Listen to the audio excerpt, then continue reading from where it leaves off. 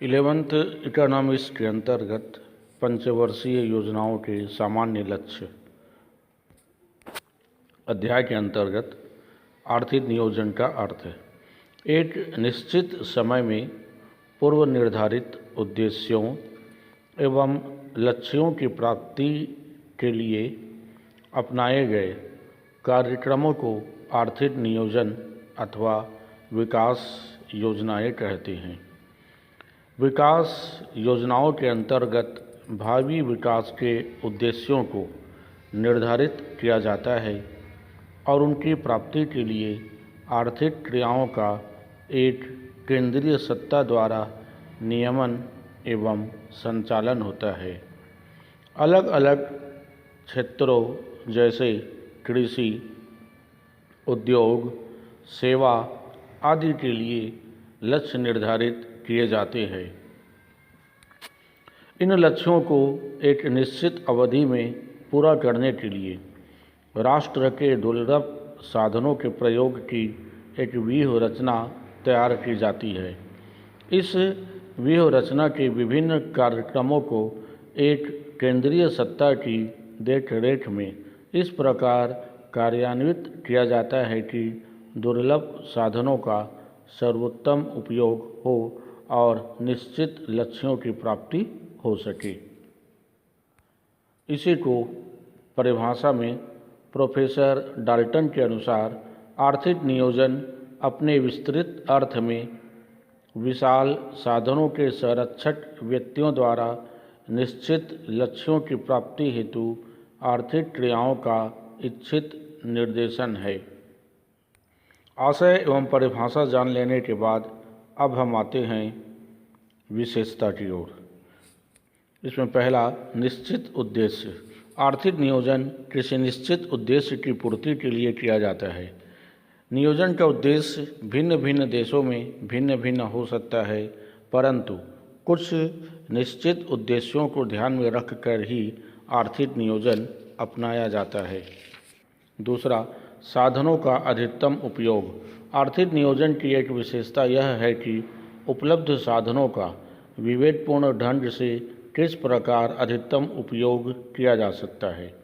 इस प्रकार योजना अंतर्गत सीमित साधनों का सचेत ढंग से वितरण अनिवार्य है। तीसरा है केंद्रीय नियोजन सत्ता।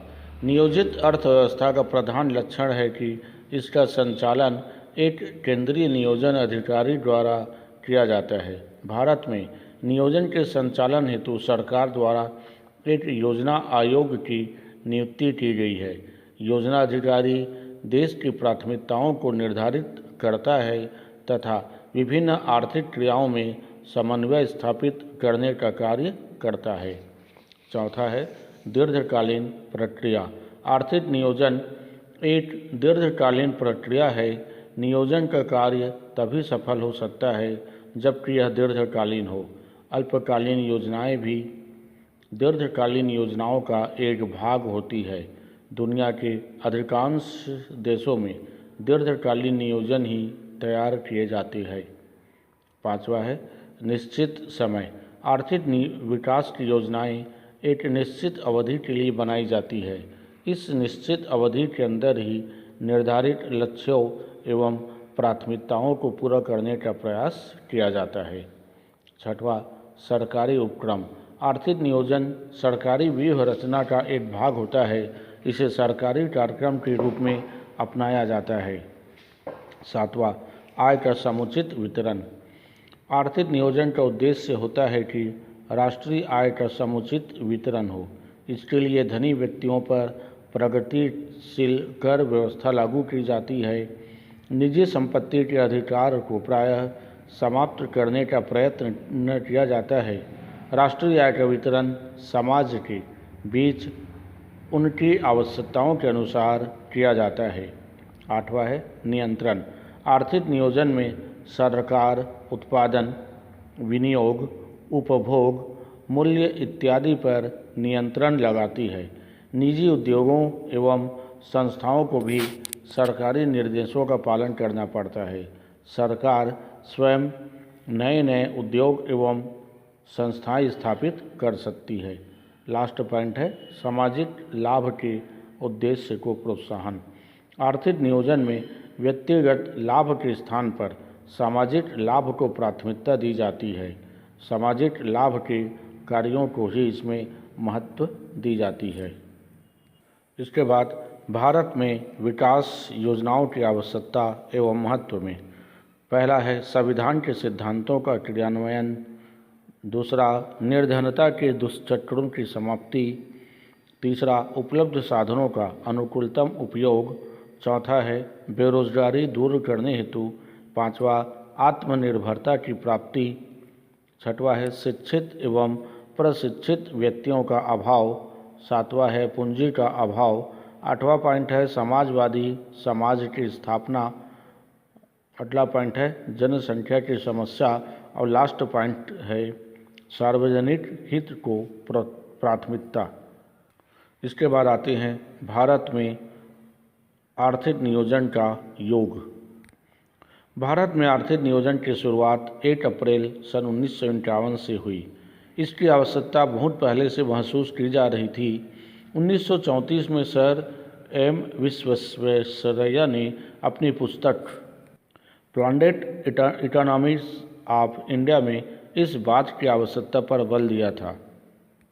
योजना आयोग की स्थापना का सुझाव दिसंबर 1946 में दिया गया, जिसके आधार पर 15 मार्च 1950 को योजना आयोग की स्थापना की गई, जिसके प्रथम अध्यक्ष तत्कालीन प्रधानमंत्री पंडित जवाहरलाल नेहरू बने। इस योजना का कार्य योजनाएं बनाना एवं उनको कार्य रूप में परिणत करने के लिए सुझाव देना तथा प्रगति का मूल्यांकन करना है। भारत में आर्थिक विकास 1 अप्रैल 1951 से प्रारंभ किया गया, जिसमें 5-5 वर्ष की योजनाएं बनाकर आर्थिक विकास किया जाता है। अब तक 12 पंचवर्षीय योजनाएं पूरी हो चुकी है तथा 13वीं पंचवर्षीय योजना चल रही है। अब तक जो लागू है योजना आयोग का गठन 15 मार्च 1950 को किया गया था। 1 जनवरी 2015 से योजना आयोग का अस्तित्व समाप्त कर इसके स्थान पर नीति आयोग का गठन किया गया। भारत के प्रधानमंत्री को आयोग का पदेन अध्यक्ष बनाया गया, लेकिन साधारणतः कामकाज एक पूर्णकालिक उपाध्यक्ष की देखरेख में ही होता था। पुराने योजना आयोग का अस्तित्व समाप्त हो गया और इनके स्थान पर नीति आयोग का गठन किया गया। इस नई संस्था, जिसे राष्ट्रीय भारत परिवर्तन संस्थान का नाम दिया गया, 1 जनवरी 2015 से यह अस्तित्व में आ गई। नीति आयोग के नाम से जाना जा रहा यह आयोग प्रधानमंत्री की अध्यक्षता में सरकार के थिंक टैंक के रूप में कार्य करता है तथा केंद्र सरकार के साथ साथ राज्य सरकारों के लिए भी नीति निर्माण करने वाले संस्थान की भूमिका भी निभाता है। भारत में आर्थिक नियोजन के उद्देश्य या लक्ष्य, इसमें पहला है ऊंची विकास की दरें, दूसरा है सामाजिक तथा आर्थिक न्यास, तीसरा आत्मनिर्भरता, चौथा रोजगार के अवसरों में वृद्धि, पांचवा आर्थिक स्थिरता, छठवां है क्षेत्रीय विकास, सातवां जीवन स्तर में वृद्धि, आठवां प्रजातांत्रिक नियोजन, अगला पॉइंट है सर्वांगीण विकास, आर्थिक शक्ति के केंद्रीकरण की रोकथाम, सामाजिक कल्याण और आर्थिक असमानता को कम करना। इसके बाद भारत में पंचवर्षीय योजनाओं के विशेष उद्देश्य। प्रथम पंचवर्षीय योजना 1951 से 1956 तक लागू की गई। द्वितीय पंचवर्षीय योजना 56 से 61 तक और तृतीय पंचवर्षीय योजना 61 से 66 तक। उसके बाद वार्षिक योजनाएं 66 से 69 के लिए कुछ दिनों के लिए बंद कर दिया गया। तृतीय योजना काल में अर्थव्यवस्था इतनी अधिक गंभीर संकट में फंस गई कि योजना समाप्ति के तत्काल बाद चौथी योजना प्रारंभ करना अत्यंत कठिन हो गया। इसलिए वार्षिक योजनाओं पर विचार किया गया। परिणाम स्वरूप 3 वार्षिक योजनाएं क्रियान्वित की गई। तृतीय योजना काल में उत्पन्न भीषण कठिनाइयों ने चौथी योजना के लिए संसाधन जुटा पाने में शंका उत्पन्न कर दी, जो सही थी। बिना आर्थिक स्थायित्व प्राप्त किए आगे विशाल योजना लागू कर पाना अत्यंत कठिन था। इसलिए चौथी योजना को स्थगित कर उनके स्थान पर वार्षिक योजनाएं लागू करना बुद्धिमत्तापूर्ण कदम था। इसे योजना से अवकाश का काल भी कहा गया। चौथी पंचवर्षीय योजना 69 से 74 के बीच, पाँचवीं पंचवर्षीय योजना 74 से 1979, छठवीं पंचवर्षीय योजना 80 से 85 और सातवीं पंचवर्षीय योजना 85 से 90, आठवीं पंचवर्षीय योजना 92 से 97, नौवीं पंचवर्षीय योजना 97 से 2002, 10वीं पंचवर्षीय योजना 2002 से 2007, 11वीं पंचवर्षीय योजना 2007 से 2012 और 12वीं पंचवर्षीय योजना 2012 से 2017 तक के लिए लागू हो चुका है। इसके बाद अब हम आते हैं भारतीय नियोजन की उपलब्धियां। देश की राष्ट्रीय आय तथा प्रति व्यक्ति आय में महत्वपूर्ण वृद्धि हुई। औद्योगिक क्षेत्र का पर्याप्त विकास एवं विविधीकरण हुआ। आधारभूत एवं पूंजीगत उद्योगों ने तीव्र प्रगति की।